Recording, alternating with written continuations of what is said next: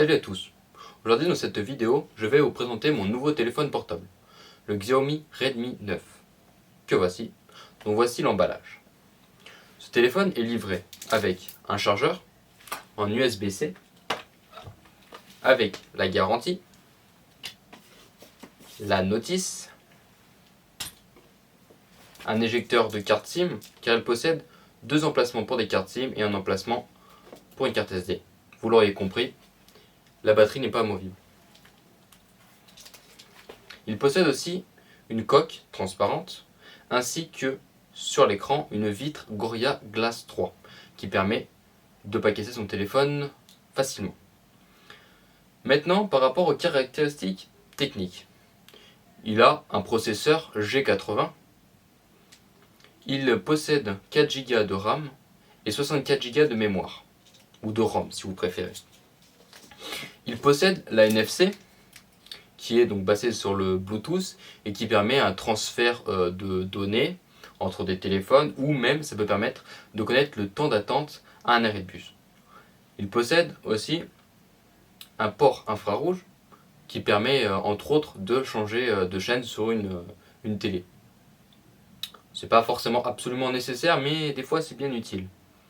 Il possède aussi quelque chose qui à mon goût est assez intéressant, une radio FM sans fil, ce qui permet d'écouter la radio sans être obligé de mettre des écouteurs. Il possède 4 caméras et donc il peut faire des photos de 13 mégapixels. Il possède une batterie de 5020 mAh, ce qui permet d'avoir une autonomie assez intéressante. Et il possède aussi la possibilité de pouvoir le charger rapidement, la fast charge. Ils disent qu'on peut charger donc avec 18 watts, donc ce qui est pas mal, qui permet du coup de charger rapidement. Il possède bien entendu la torche, bien entendu, c'est pratique des fois. Et donc du coup, entre autres, que posséder donc le Bluetooth, le Wi-Fi, qui sont des choses assez intéressantes, ainsi que les données mobiles qu'on puisse utiliser sur notre carte SIM. Voilà, donc ça fait à peu près un mois que je m'en sers depuis que je l'ai acheté, et donc du coup j'ai pu à peu près faire le tour de toutes les possibilités avec ce téléphone, et je n'ai pas trouvé de choses problématiques. Je trouve qu'il est assez intéressant, pas trop dur d'utilisation. Il y a certaines choses que je n'étais pas forcément habitué, mais au final tout se passe bien quand on comprend les réglages. Tout se passe bien. Il n'y a pas forcément de réglages particuliers à faire, mais moi j'avais besoin de réglages spéciaux. Bon, je dis spéciaux, mais c'est juste pour avoir ce qu'ils appellent le tiroir d'application. C'est qu'en fait, c'est pouvoir avec le doigt monter et avoir toutes ces applications. Je préfère ça qu'avoir toutes les applications sur l'écran d'accueil. Voilà. Donc après ce mois à avoir testé mon téléphone, j'ai pas trouvé de choses embêtantes. Et je le trouve assez fonctionnel et beaucoup plus puissant que le téléphone que je possédais précédemment, que j'ai changé entre autres parce que je trouvais qu'il manquait de puissance.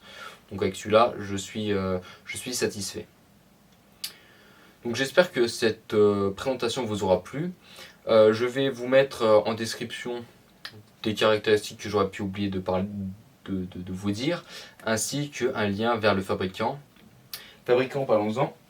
Donc j'ai commandé sur leur site et ils m'ont envoyé entre autres aussi donc des écouteurs. Bon, je pense pas m'en servir, mais ça peut toujours être utile. Voilà, donc j'espère que ça vous aura plu.